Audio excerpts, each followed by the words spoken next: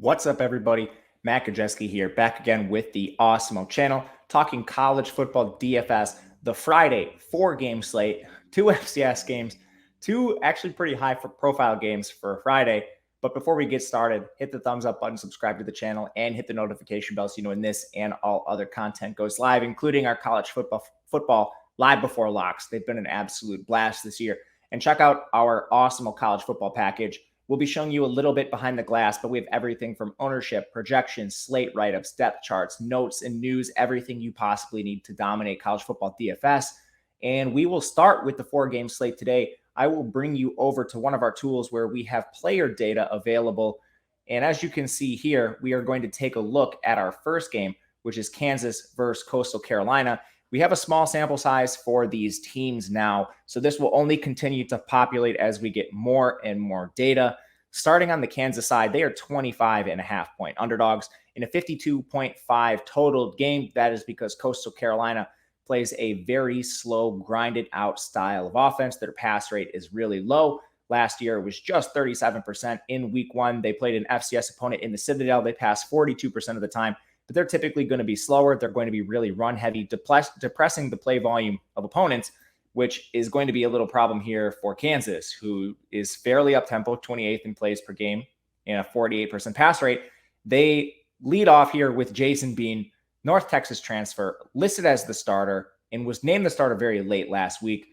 Performed somewhat mediocre football in his first game, 26 pass attempts, only finished with 163 yards.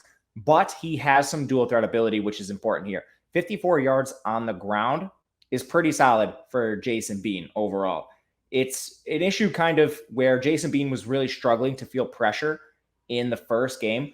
The Jayhawks did not allow a lot of pressures at all. And Jason Bean just took off scrambling quite a bit. That's not necessarily bad for college football DFS, where you need these positive rushing yards from your quarterbacks. If you get negative yards, that is negative rushing yards. It counts, even if there's sacks, which can be huge. From there, we have a backfield, which is kind of in flux. Velton Gardner led the way, 19 carries, only 21 yards for him, which is horribly inefficient. But we didn't really see anyone else perform any better.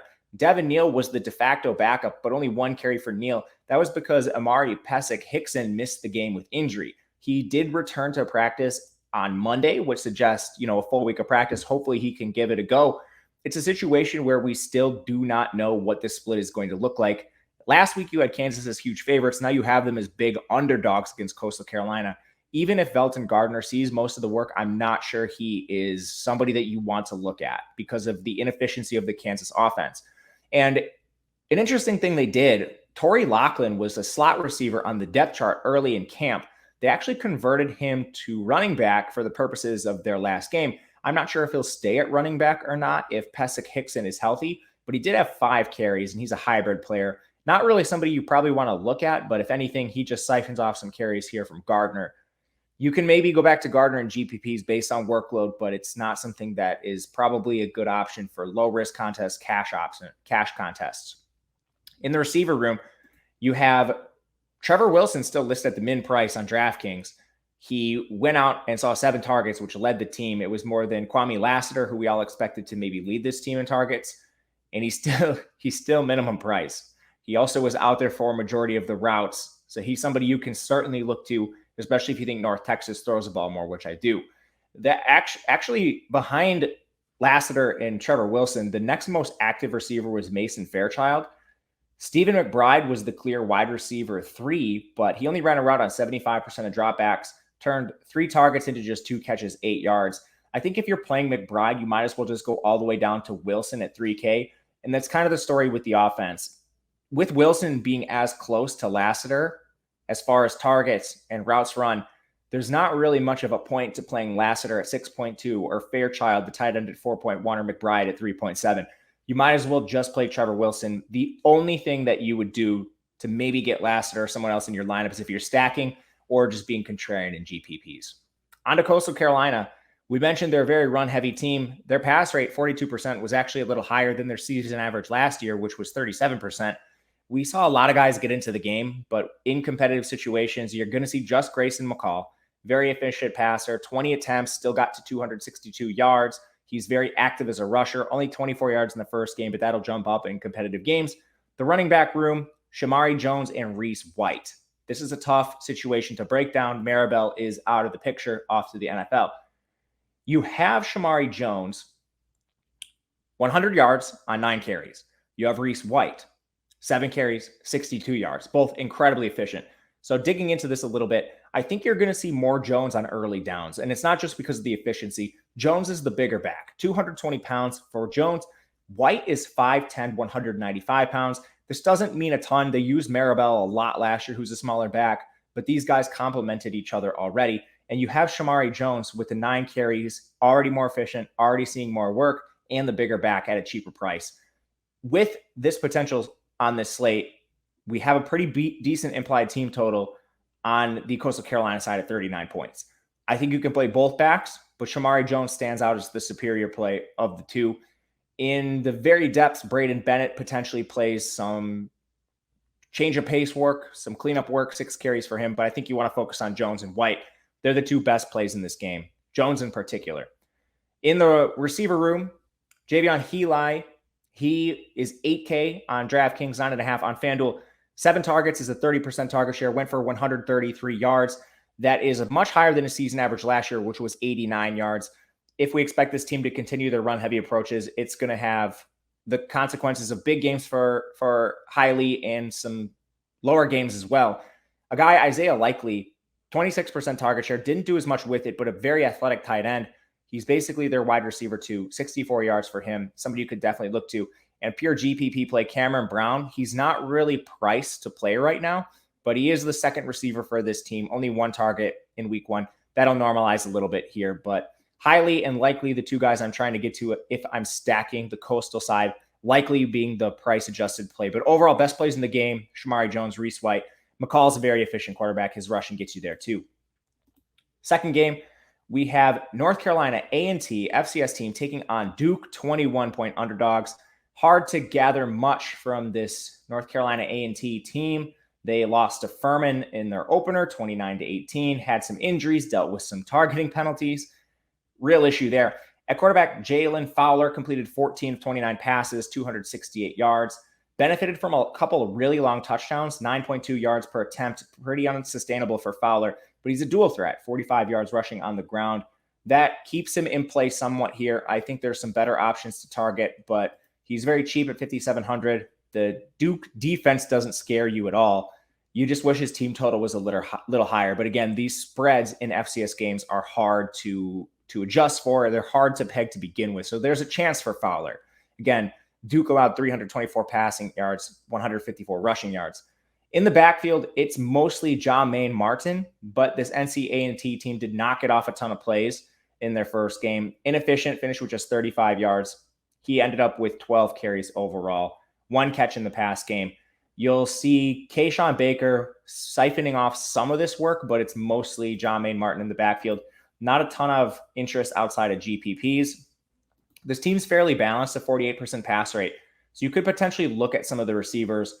Ron Hunt and Corey Banks are the 2 leaders in targets. They tied for the team lead together. Hunt had 146 yards receiving, so he was the guy that had the big game in week 1.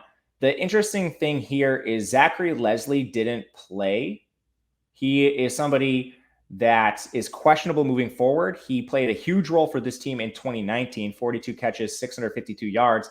If Leslie plays, I'm just not sure what it looks like for the rest of these pass catchers. I think it probably takes a guy like Sterling Burkhalter off the field with Ron Hunt and Corey Banks playing. I think I'm probably just going to try to pay down here and take Ron Hunt if I'm taking anybody. But this is more like shots for GPPs with Ron Hunt, Banks, and Zachary Leslie. If he's playing, again, you're going to have to watch the pregame to see if he is. On the Duke side, they have a pretty good implied team total, 39.25. Puts Gunnar Holmberg squarely in play. Really inefficient debut for Holmberg. Just 227 pass yards on 30 attempts. Not a dual threat. -6 rushing yards for Holmberg. You're just banking on an FCS level opponent, a high team total if you're stacking him, which I think is a place to look today. Duke is fairly pass heavy and they run an up-tempo offense. Looking back to last year, they were 13th in plays per game, 47th in pass rate, both above average. In the run game, Mateo Durant stands out as a phenomenal play again on DraftKings. 6,900 is a straight bargain for him. Dominated work, 29 carries, 255 yards, active in the pass game, 2 targets there. But more importantly, Waters had more targets, but he did not run more routes. 14% of routes for Waters, 40% for Durant. Durant is your do-it-all every down back. Play Durant in this spot.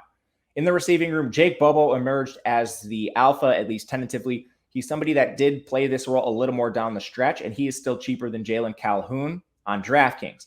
On FanDuel, looking more towards Calhoun, who is cheaper there. However, on DraftKings, Bobo, 9 targets. That was a 34.6% target share, 81 yards receiving, dominant in routes run, led the team.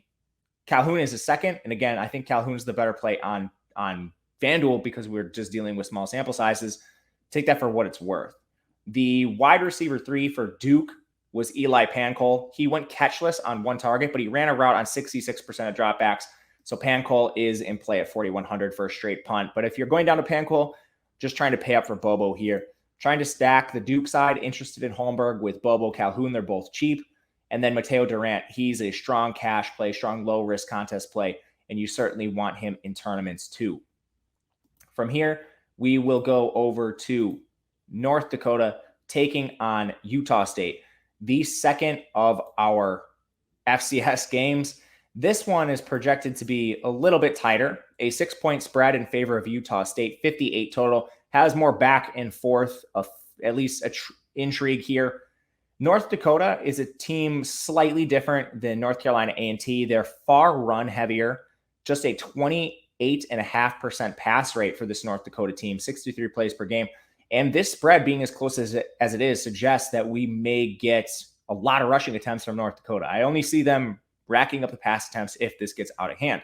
Tommy Schuster is another dual threat quarterback. He had 29 pass attempts, 268 yards, rushed for 27 yards on the ground. That's Tommy Schuster again. He has decent dual threat ability, and on this slate, 5,800, that's certainly something that can get you there. In the running back room, Otis Weah, Luke Skokna, 2 players that split the work with about 2/3 of the opportunity going to to Weah. This is interesting because Creighton Mitchell was expected to play a big role here, but he was injured during the team scrimmage and didn't play last week. We don't know if Creighton Mitchell's going to play. I think if Creighton Mitchell plays, it's more of a timeshare between Weah and Mitchell, but watch that again pregame. Otherwise, I expect to see a similar rotation with Otis Weah taking on most of the work. Luke Skokna coming in for change of pace duties. Skokna pretty inefficient, 11 carries, 32 yards, whereas Weah, 114 on 22, just very, very, very different. And in the pass game, both were somewhat involved. You see a slight preference here towards Skokna, 3 catches, but nothing too crazy. In the receiving game, this North Dakota team is really low volume, so I don't think they're something you want to get to. Adam Zavalny, Greg Magg, Brock Boltman, Marcus Preston all saw 2 targets. Zavalny led the team with 57 yards. Magg finished second with 43. Magg was the team's leader in receiving in 2020, so I think he's probably your best bet at 4,500. But you can find cheaper options on the slate that you're more intrigued with. Zavalny, he was 5th on the team, 99 yards. Boltman didn't play in the spring, so I'm not sure what to make of him. Taking a stab on any of these guys seems pretty risky, just given the run heaviness of the North Dakota offense. Probably staying away. Interested more in Weah and Tommy Schuster as the dual threat ability and the main rusher for the team. Utah State, they're very up-tempo. They tend to skew a little pass heavier. Utah State, 82 plays per game, a 44% pass rate. The main issue here is you're running a quarterback tandem. This is a team that actually knocked off Washington State in week 1, 26-23, with a come-from-behind win, a last-second win. Logan Bonner split time with Peasley, but you had Bonner. He threw an interception in the game. He completed 71% of his passes for 143 yards and the game-winning score, also rushed for 15. A little bit of a dual threat, but not as much as Peasley. Peasley completed 6 of 12 passes for 76 yards, also rushed for 43, but he also fumbled, so there's a turnover for him too. Some quotes coming out of Utah State suggesting they're moving towards a starter, but at this time, that kind of means that both should still play a little bit. If you're starting one for DFS, it's Bonner. but there's not a lot of job security here still. It's tough to get to them, even with a 32 total. GPP is only for me. In the run game, you saw a split here between Calvin Tyler, John Gentry, and Elia Noah. Very inefficient for most of them. Most of the efficiency came from Calvin Tyler, 14 carries, 84 yards. Also active in the pass game with 3 receptions. I think he's the guy you want to go to, just super cheap here. It will be a 3-man committee, but this team is favored, and there's a lot of points to be scored on the board overall. Tyler's the preferred play, as cheap as he is. The receivers, you have a stud in Devin Thompkins. He's the clear alpha, 11 targets, 94 yards. Behind him is Justin McGriff with the second most routes, 87%. Derek Wright was third. Brandon Bowling was fourth. Utah State uses enough 4-wide sets where you could have Derek Wright 67% of routes, Brandon Bowling 56. Wright actually had 8 targets to McGriff's 6, even though McGriff ran more routes. Expect that to normalize over the coming weeks. But I think all 3 are solid price-adjusted values. Thompkins being the best at $7K, McGriff, Derek Wright, they're all priced accordingly. Brandon Bowling, still 56% of the routes, so 3.3K. I think you can even get to him in some GPP builds. But overall, I'm going to prioritize Thompkins and McGriff for this team. Middling plays, potential stacks, but GPPs only because of the uncertainty with Bonner. In our final game, we go to UTEP taking on Boise State. Another 25.5-point spread, 56.5-point total. Boise State's the favorite. UTEP has been in 2 cupcake matchups. Now they're in the exact opposite, but there is the opportunity for some points to be scored here. Gavin Hardison is the signal caller, has not been efficient, but they've still been able to get the job done. 20 pass attempts per game, averaging 217 yards, -3 cumulative rushing yards. He's not going to get it done for you there, but there's the opportunity for more pass attempts here. UTEP was middling in plays per game and pass rate this past season, but that should jump up from what we've seen early in Hardison's tenure this year. He's just not going to give you a lot as far as dual threat. So maybe looking towards one of the FCS signal callers in the same price range over Hardison. The running back room is very different now from what we saw at the beginning of the year. Deion Hankins is injured. He's not going to play in this game. And I dug into this a little bit. They fed Ronald Awatt 19 carries with Hankins out. They also use Willie Eldridge and Ronaldo Flores to a degree. Quadres Wadley appears to have slightly fallen out of favor.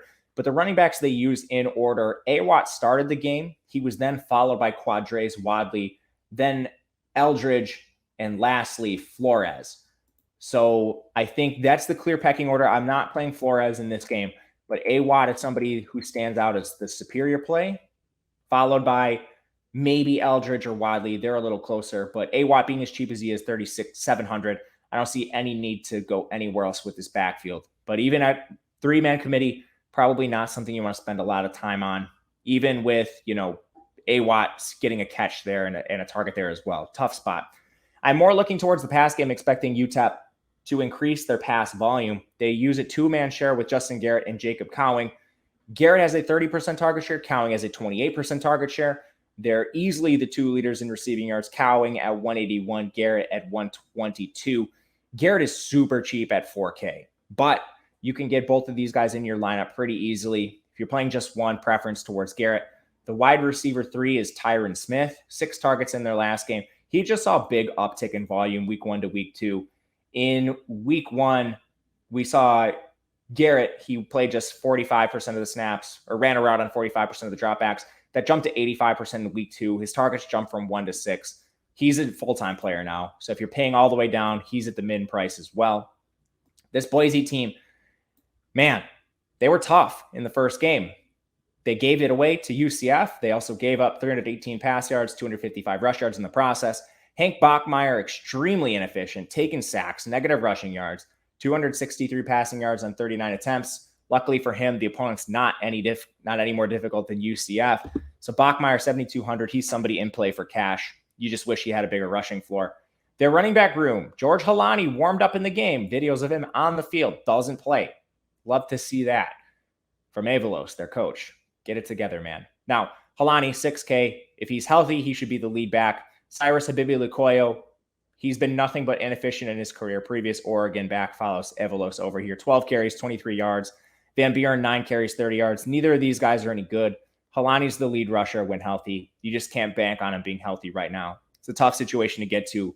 And it's tough because Boise's such a big favorite. You want to play one of these rushers. I would look to Helani in tournaments, but he's probably not going to be in my cash lineup.